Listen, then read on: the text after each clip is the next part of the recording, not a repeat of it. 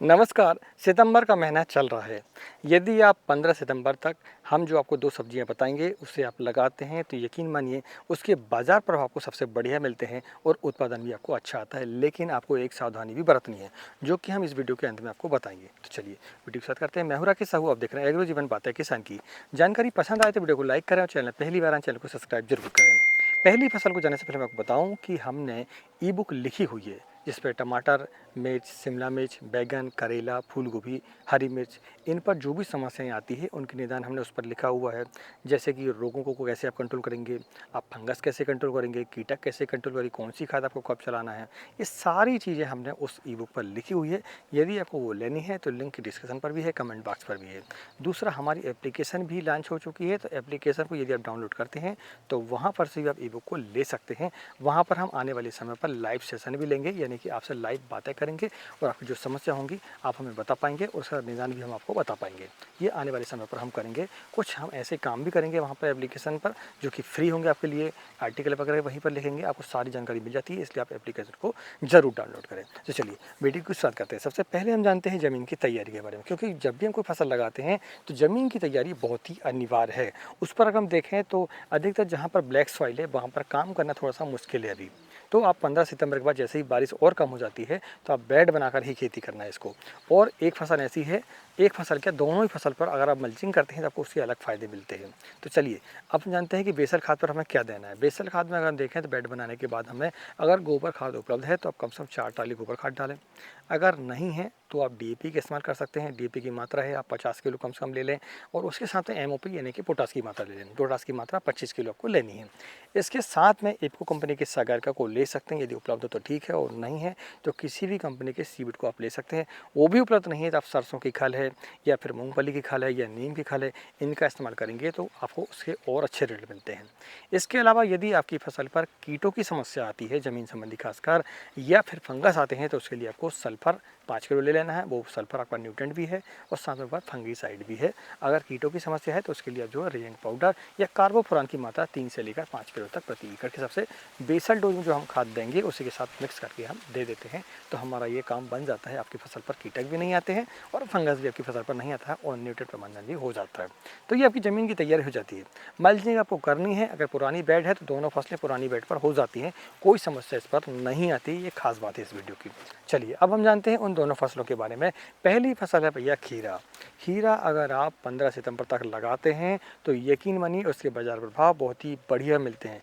कारण ये है कि जिस समय पर इसकी हार्वेस्टिंग आएगी उस समय पर तापमान तेज होगा, गर्मी ज़्यादा होगी, खासकर दीपावली के समय पर, तो उस समय पर डिमांड काफ़ी होती है और अधिकतर किसान इस समय पर खीरे को नहीं लगाते हैं।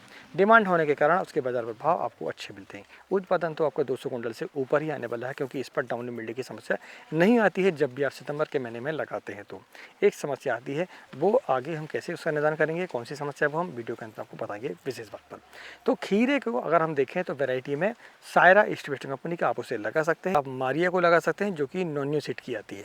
दोनों वैरायटी बहुत ही बढ़िया वैरायटी हैं अगर आप इस समय पर लगाते हैं तो, क्योंकि ये अर्ली विंटर के लिए हैं। इस पर जो हम समस्या बताने वाले हैं वो समस्या नहीं आती है, खासकर ये रेजिस्टेंस वैरायटी है उसके लिए। तो आप जो है दोनों वैरायटी में से कोई भी एक वैरायटी लगाएं, या आपके एरिया पर जो चलते हो भैया आप उसे भी लगा सकते हैं, कोई दिक्कत नहीं है इस पर। अगर आप 15 सितंबर तक खीरे को लगाते हैं तो उत्पादन तो मिलता ही मिलता है अच्छा, आपको जो है भाव भी मार्केट पर मिलता है। तो खीरे की फसल को इस समय पर आप लगा सकते हैं। दूसरी फसल है भैया हरा मटर। हरे मटर की खेती इस समय पर आप करेंगे तो आपको जो है काफ़ी अच्छे भाव मिलेंगे मार्केट पर, लेकिन उसके साथ में कुछ समस्याएं भी आती हैं, और वो समस्या जो खीरे पाएगी वही समस्या इस पर भी आती है, यानी कि दोनों एक ही समस्याएं हैं। उसका निदान हम आगे इस वीडियो पर आपको बताएंगे। अगर हम वैरायटी में देखें तो हरे मटर की वैरायटी में GS10 एडवांटा कंपनी का बहुत ही अच्छा है, आप उसे लगाएं तो आप देखेंगे आपको उत्पादन अच्छा आता है, और इस समय पर लिए खासकर अर्ले के लिए बहुत ही अच्छी वैरायटी है वो, और आपके एरिया पर जो चलती है उसे आप लगाएं। हमने जो लगाकर देखा है हम उसके ही रिकमेंडेशन आपको करते हैं। हम जो फसल नहीं लगाते हैं, जो बीज हम नहीं लगाते हैं, हम आपको वो बताते भी नहीं। हम एक किसान है भैया, इसके बाद ही यूट्यूबर हैं। अगर आपको नुकसान होता है तो समझ लीजिए हमें भी उसका तकलीफ होता है। आप वही वैरायटी लगाएं जो कि रिकमेंडेड है, या फिर आपने देखा हो पहले, या फिर हमने जो देखा है हम आपको वो बताते हैं। तो चलिए अब हम जानते हैं इस वीडियो की विशेष बात। विशेष बात दोस्तों ये है कि इन दोनों फसलों पर पाउडर मिल्डी की समस्या आती है। पाउडर मिल्डी की समस्या आपके खीरे पर भी आएगी, आपके मटर पर भी आएगी। आपने देखा होगा पाउडर पाउडर दिखता है आपका हरा मटर, ठीक है, जैसे ही शुरुआत से ही उसका असर आपको चालू हो जाता है। जो भी फसल हम सितंबर के महीने में लगाते हैं तो उस पर हम देखें तो ओस की समस्या आती है। आप देखेंगे सुबह जाकर तो नीचे की जो पत्तियां हैं वहाँ पर ओस आपको दिखाई देगी, पत्तियां जो है गीली आपको दिखाई देंगी, और जहाँ नमी ज़्यादा होती है वहाँ पर फंगस आता है। फंगस के कारण ही आपकी पाउडर मिल्डी आती है। इससे निदान में अगर हम देखें तो सबसे बड़ी बात यह है कि आपको जो है समय समय पर फंगीसाइड आपको चलानी पड़ेंगी। फंगीसाइड में अगर देखें तो सबसे शुरुआत हमें सल्फर से करनी चाहिए। सल्फर अगर आपकी फसल पर फ्लावर हैं तो पाउडर फॉर्म वाले का आपको इस्तेमाल नहीं करना है, आपको लिक्विड वाले का करना है। अगर फ्लावर नहीं है तो आप जो है पाउडर फॉर्म वाले का भी इस्तेमाल कर सकते हैं। मात्रा की अगर हम बात करें तो लिक्विड वाला 2 ml प्रति लीटर और आपका पाउडर वाला 2 ग्राम प्रति लीटर, यानी कि 200 लीटर की टंकी पर आपको 400 ml या 400 ग्रामों को इस्तेमाल करना है लिक्विड और पाउडर फॉर्म वाले का। यदि इसके अलावा देखें तो दूसरा टेक्निकल है भैया टेबिकोनाजोल, और दूसरा है डाइफेनाकोनाजोल।